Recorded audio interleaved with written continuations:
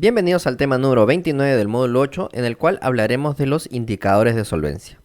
Pero antes vamos a resolver las preguntas que dejamos en el tema pasado, en los indicadores de liquidez, por supuesto. A ver, la primera pregunta: ¿quién tiene mayor ratio de liquidez o liquidez corriente? ¿Apple o Microsoft en el 2018?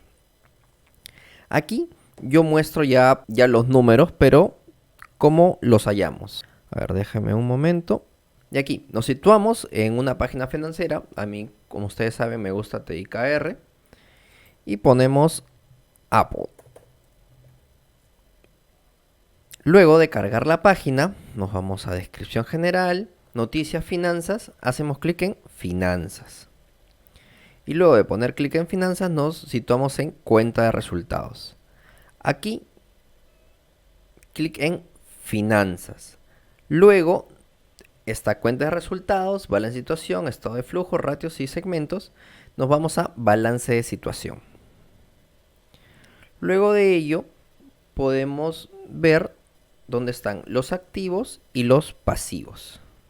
Que en este caso, está el activo corriente y el pasivo corriente. El activo corriente, en el año, déjame ver, 2018, activo corriente del año 2018 es este de aquí y el pasivo corriente es este de aquí. Yo ya lo he puesto y sale este ratio de liquidez. Para Microsoft, ¿cómo sería? Nos vamos de nuevo a TIKR, buscamos Microsoft, descripción general no es, sino en finanzas, hacemos clic ahí, luego nos vamos a balance de situación, en el balance de situación financiera, vamos a activos corrientes, y luego vamos a pasivos corrientes. Una vez que tengamos esa información, la dividimos. Y nos queda el ratio de liquidez para Apple es 1.13 y en Microsoft 3.11. ¿Quién tiene mayor ratio de liquidez? Microsoft, claro está. Por cada dólar de deuda, la empresa tiene 3.11 dólares para pagar. Ahora, si ustedes no quieren hacer todo ese cálculo, también tienen los ratios aquí. Después de cuentas de resultados, balances, estado, tienen ratios y pueden bajar y sale el ratio de liquidez. Miren. Ahora, en el 2018, por ejemplo, sale 2.90.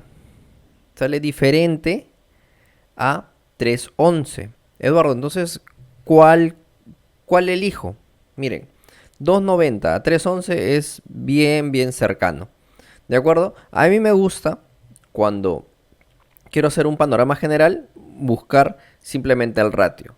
Pero si andas con tiempo de analizar el activo corriente, el pasivo corriente, es mejor hacerlo por la fórmula. ¿De acuerdo? Así que ustedes pueden tener esa duda, no se preocupen. A mi gusto, deseo hacerlo por este modo, pero por un tema de practicidad, pues voy al ratio. Igual no difiere tanto uno del otro. Sigamos con la segunda pregunta. ¿Quién tiene mayor ratio de liquidez? ¿Visa o Mastercard en 2016? Vamos de nuevo a nuestra página. Visa. Entramos a los activos corrientes. Estos son los activos corrientes. Y los pasivos corrientes. Buscamos el año y lo ponemos en la tabla. Igual en Mastercard. Vamos a Mastercard. Nos situamos en finanzas, en balance de situación. Activo corriente del año 2016. Pasivo corriente del año 2016. Y eso nos da los ratios de liquidez de ambas empresas. Entonces, ¿quién tiene mayor ratio? Mastercard. Por poquito, pero tiene más. Quiere decir que por cada dólar de deuda, la empresa tiene 1.84 dólares para pagar esa deuda. Entonces ya la tercera es más de lo mismo, pero igual lo vamos a hacer. Buscamos McDonald's y buscamos el activo corriente, el pasivo corriente. De igual forma, Starbucks, buscamos el activo corriente y el pasivo corriente también. Pasivo corriente, perfecto. Lo anotamos en el cuadro y podemos ver el ratio de liquidez. Quiere decir que por cada dólar de deuda, la empresa tiene 1.6 dólares para pagar en el caso de Starbucks, que es la mayor en ratio de liquidez entre McDonald's y Starbucks. Sigamos con las preguntas. ¿Un ratio de liquidez de 3.5 es bueno para la empresa? No, Porque el dinero está en caja sin ser utilizado, o sea, el dinero está durmiendo. Y ese dinero bien podría servir para alguna inversión o para pagar alguna deuda, pero no puede estar el dinero en caja sin ser utilizado. ¿De acuerdo? Siguiente pregunta. ¿Un ratio de liquidez de 0.5 es bueno para la empresa si sus pasivos corrientes son deuda de corto plazo? Es decir, ¿tiene deuda con los bancos? No, porque no generaste suficiente dinero para pagarle al banco. Es decir, debes $1 y produces 50 céntimos. Entonces no es bueno ese ratio. Hay que ajustarlo. Siguiente pregunta. Es parecida, pero no tanto. ¿Un ratio de liquidez de 0.5 es bueno para la empresa si sus pasivos corrientes son cuentas por pagar a proveedores? En teoría no es bueno, por lo que yo te hablaba en la pregunta anterior. Debes $1, produces 50 céntimos. Pero hablando de finanzas avanzadas, puedes tener ese ratio porque tu fecha de pago a proveedores es mayor a la fecha de cobro de tus clientes. Es decir, tú cobras al cash o a 15 días o a 30 y tú pagas a 45, 60 o 90 días. Por lo que sí es bueno ese ratio dependiendo cómo sea tu fecha de pago a los proveedores. Eso tienen que ver cuando analicen una empresa. Así que han sido respondidas las preguntas, espero que les haya ido bien y si no, podrían volver al video de liquidez para que lo puedan repasar nuevamente. Así que vámonos de lleno a el tema número 29, indicadores de solvencia. ¿Para qué sirven los indicadores de solvencia? Sirven para medir la capacidad de pago en el largo plazo. Si los indicadores de liquidez nos hablan del corto plazo, los indicadores de solvencia nos hablan del largo plazo. Horizontes de 3 años a más. En esta imagen podemos ver que la empresa puede financiarse con los dueños o con la deuda. Y para saber en cuánto se financian existen algunos ratios y estos son los siguientes. El primero es el endeudamiento del activo. Permite determinar el nivel de autonomía financiera. Y la fórmula es la siguiente. Endeudamiento del activo es igual a pasivo total sobre activo total. Es decir, cuánto produce la empresa frente a lo que debe. Si no te quedó claro, vamos con un ejemplo. En este ejemplo nuevamente están las empresas del tema anterior, pero ahora presentando los activos totales y los pasivos totales. Con ello podemos saber cuál es el ratio. Por ejemplo, el endeudamiento del activo de P&G es de 0.609. Es decir, que por cada $1 de activo tengo 60 centavos de pasivo. O en coloquial, por cada $1 que crece la empresa, debo 60 céntimos. Ahora, un índice elevado indica que la empresa depende mucho de sus acreedores, gente externa a la empresa. Un índice bajo indica un elevado grado de independencia frente a terceros, lo cual es bueno. El segundo ratio de solvencia es endeudamiento patrimonial. Ya vimos el endeudamiento del activo, ahora veremos el endeudamiento del patrimonio. ¿Qué es lo que mide? Mide el grado de compromiso del patrimonio para con los acreedores, que son los proveedores, colaboradores, banca y otros. ¿Cuál es la fórmula?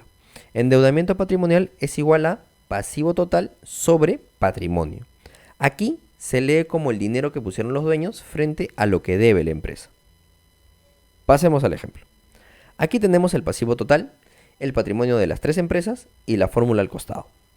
Tenemos que el endeudamiento de P&G es 1.5 veces, Kimberly 23.20 y Colgate 14.49. Por ejemplo, con Kimberly Clark podemos decir que su endeudamiento del patrimonio es de 23.20. Con eso se interpreta que tiene mayor deuda que patrimonio, o que por cada $1 que dieron los dueños, tiene $23 que debe a terceras personas. Cuando el índice es elevado, como en este caso, quiere decir que depende mucho de sus acreedores. Ahora, debemos analizar si estos pasivos son financieros o comerciales. Porque si son comerciales, digamos que nos estaríamos financiando gratis. ¿Por qué? Porque nuestros proveedores estarían pagando eso. Ya lo expliqué con las estrategias financieras en el tema anterior. Ahora, el tercer ratio es la relación deuda-EBITDA. Este ratio mide la capacidad de cubrir la deuda con la generación de las ventas que se producen en la empresa. Ahora, la deuda la podemos encontrar en el balance general. Ahora, debemos tener en cuenta que la deuda es todo aquello que tiene un costo de interés asociado. Es decir, por ejemplo, el pago a proveedores, el pago a tus trabajadores o el pago de impuestos no es una deuda, porque no genera intereses. Es un pasivo, sí, pero no es una deuda. Y el EBITDA lo encontramos en el estado de resultados, que es la suma de la utilidad operativa más la depreciación y la amortización. Entonces, el ratio es igual a deuda total sobre EBITDA. En el ejemplo ponemos a Colgate la deuda total y el EBITDA en los años 2019, 2020 y 2021. Y con ello podemos hacer la ecuación. Entonces podemos decir de Colgate que en el año 2021 necesitará 1.79 veces EBITDA para asumir la deuda. O también necesitaríamos 1.79 años con el mismo EBITDA, sin tomar otras deudas, para pagar. Una empresa que tenga la relación deuda-EBITDA disminuyendo año a año se puede deber a distintos motivos. Por ejemplo, uno es que la deuda ha sido pagada con el tiempo y el EBITDA se mantuvo.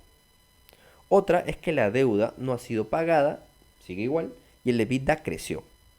La tercera sería que la deuda y el EBITDA aumentaron, pero el EBITDA creció más.